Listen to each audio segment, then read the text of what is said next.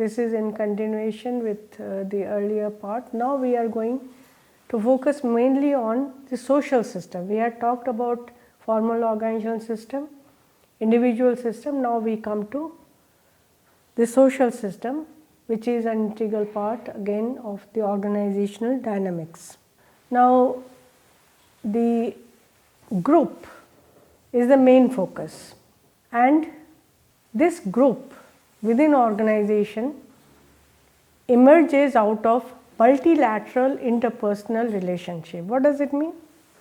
It means that groups do not get limited by its own status. They can go beyond the status, below the status, parallel to the status. Functions also, different marketing person can be a part of the group of the production or human relations, like that. It is spanning all over the organization. So the group as a main focus of social system spans all over the organization.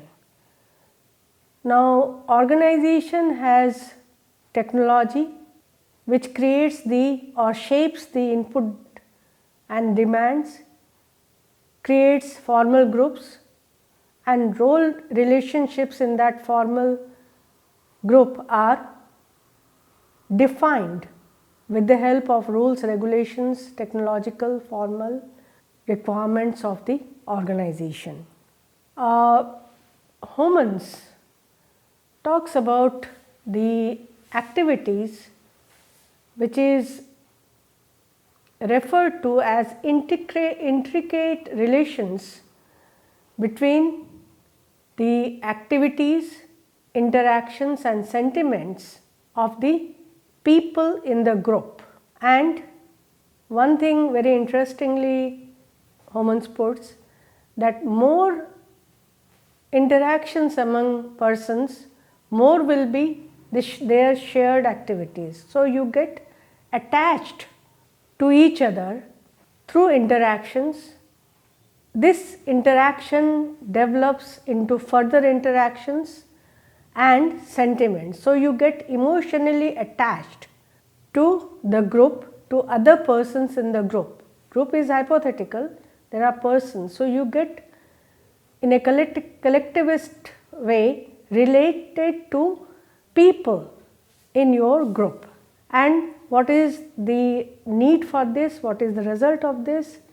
More the sentiments people have for one another, more will be their shared activities and interactions. That is why you see that the whole notion of emotional intelligence caught up so largely, especially with organizations.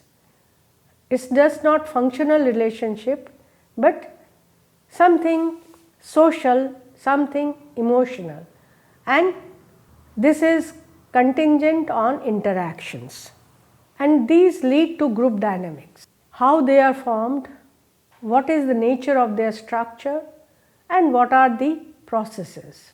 All these determine their function, their impact on individual members, groups and organization. These are all very well established in literature.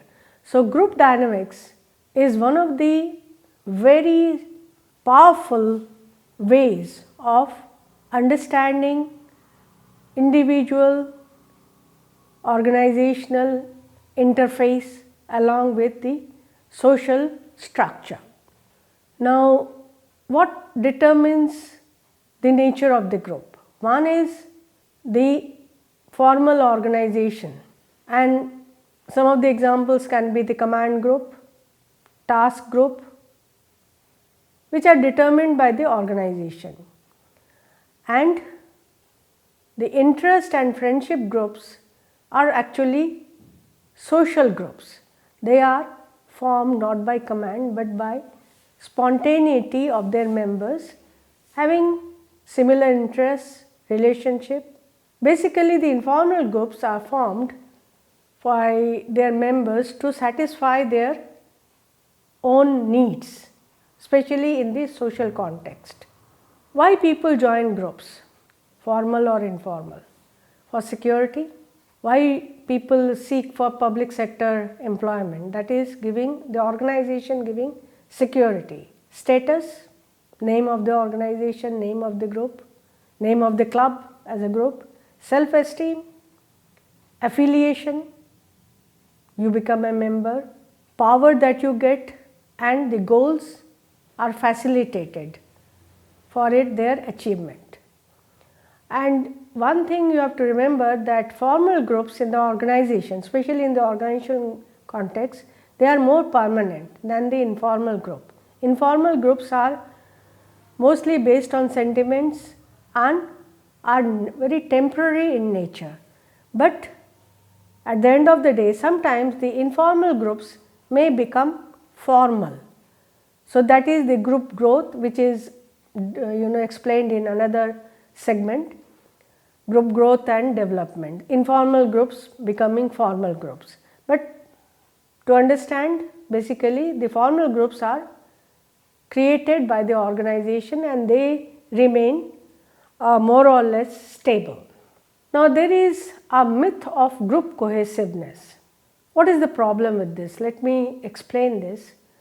There is a phenomena called groupthink. Groupthink means people think in the same way, or they are forced to think in a same way. They are not cohesive in the real sense, but they are made to think in particular way. This decreases the mental efficiency of the individual, reality testing, moral judgment, and they yield to the pressures from the group. So the individual entity is lost to a great extent. But it doesn't mean that groupthink is always negative. Sometimes the groupthink can bring changes in social system, in organizational system, in formal and as well as informal system, where people work for a cause and the principles of management, politics and other social sciences basically start when people get together. It's not no more the individual think, but what people think. But it's not always very positive, because groupthink mostly occurs in the organization to conform to the command and reach a consensus. The saying that if everybody thinks alike, nobody thinks much, which is a truism, and this reflects the weakness of cohesiveness. Cohesiveness is based on relationship. Groupthink is based on a particular streamline where pressures, need all together create the individual think in one way, which may not be all the time healthy. The organization actually is forced to create authority structures, working conditions, formal regulations, performance standards and so many other things based on vision, its vision, what is its vision, how it is converted into mission, and how the mission are achieved by formation of goals, and all the structures, conditions, regulations, they are towards the goal achievement, and goal achievement is taken as one of the measures to know whether the organization is effective or not. One thing you have to remember is the synergistic ability. The ability of its members to draw their energy, power, motivation from each other. If this doesn't happen, then the group membership goes out of the window. So this synergy is very important. especially in relation to size, structure, performance standards and goals.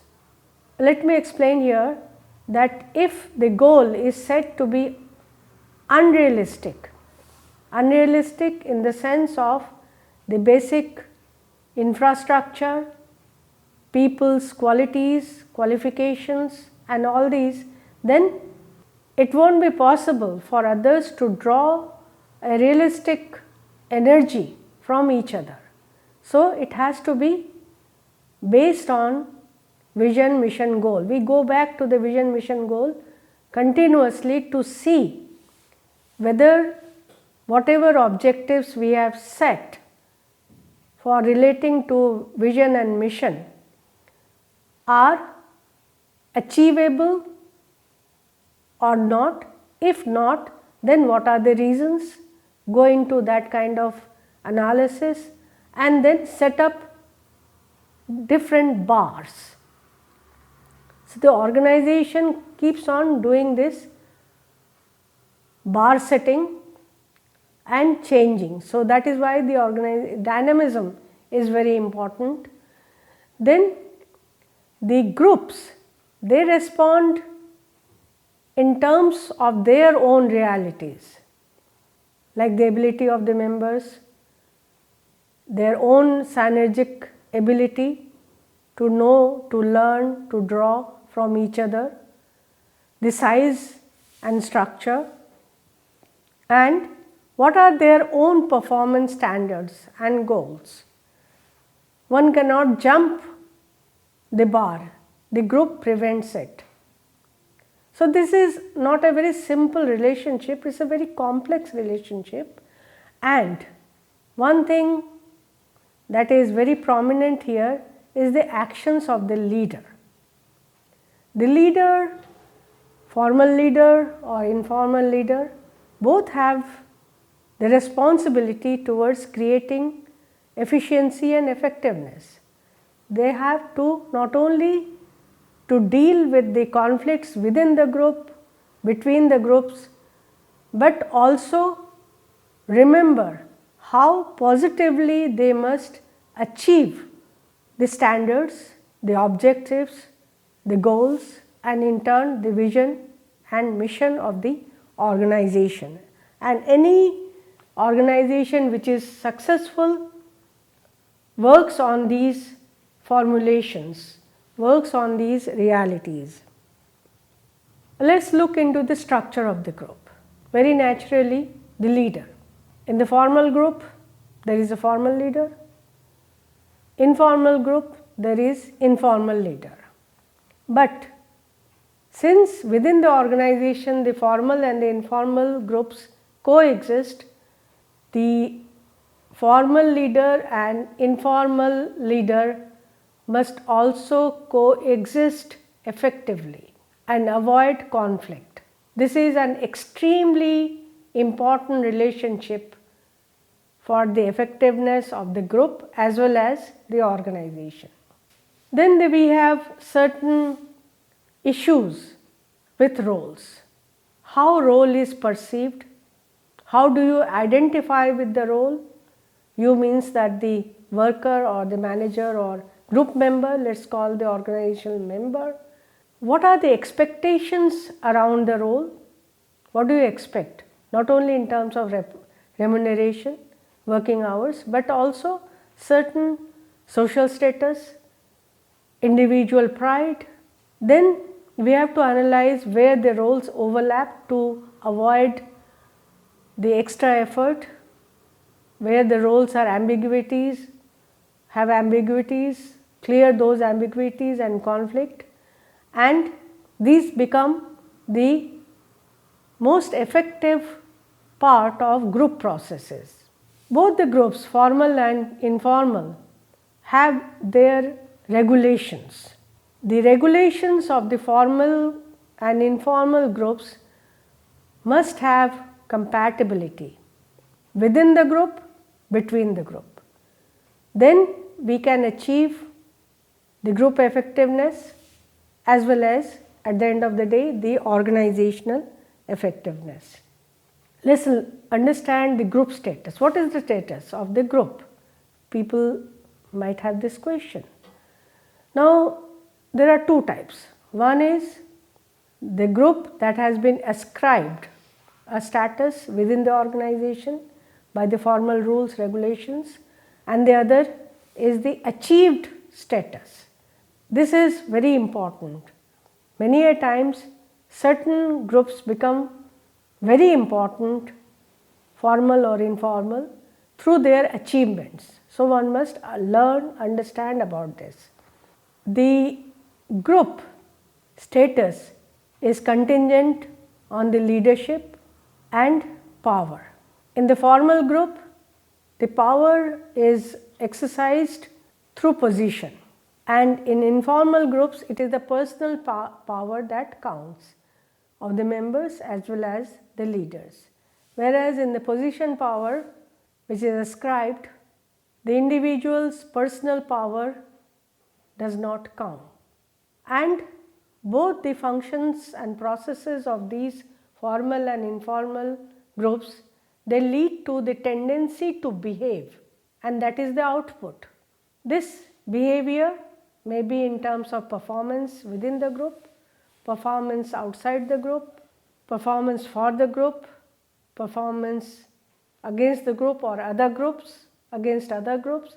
So many complexities they exist. It's not one-to-one relationship. One has to understand both the status and the power that is in the group and resting with the leader, formal or informal. Now let's come to a very important aspect, that is the synergy between formal organizational system, individual system and the social system. The formal organizational system has to recognize the fact that informal organization groups exist and they have the positive potential for making change, positive changes, as well as the negative part, negative potential for generating conflict. So we have two things. The groups have the power, and that power has to be recognized by the formal organization system, both for enhancing effectiveness and understanding and taking care of conflict. The individual system is caught between the commands of the formal organizational system and the social system, which is apparent many times, especially during change of the organizational system or society. This individual doesn't know where to go.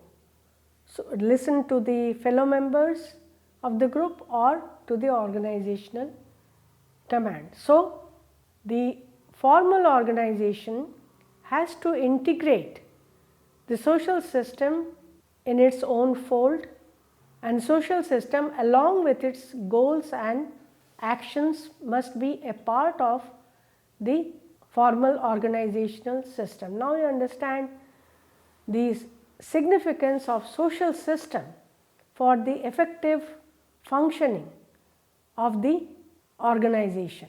The synergistic model is actually coming from systems model, where the synergy, the exchange of energy and giving and taking of the energy of the three FOS, IS and SS is basically living together, tying together the basic logic that formal organization is ultimately responsible for integrating the individual system into a cohesive unit and achieving the best of organization effectiveness. The organizational effectiveness is what is the main goal through performance and satisfaction. The satisfaction is not given by the organization in a package rather it is the individual and the group that determines the individual and group satisfaction. The formal organization has this job to create a synergy between its own power, the power of the individual as well as the social group, and this is needed to adjust positively, effectively with the change, because change is the reality every organization has to face, and it has to keep on changing itself to the demands of others and also retaining its own nature, its own perspective. So, the pressures of change, competition and conflict, they have to be taken account of, and organization has to act as individual system, and this is where the learning organizations, the concept of learning organizations have come. The learning, internalizing and responding to other systems on a continuous basis. This is the responsibility of FOS for creating not only success in material terms, but also success in having a happy employee, happy social system and creating a positive environment.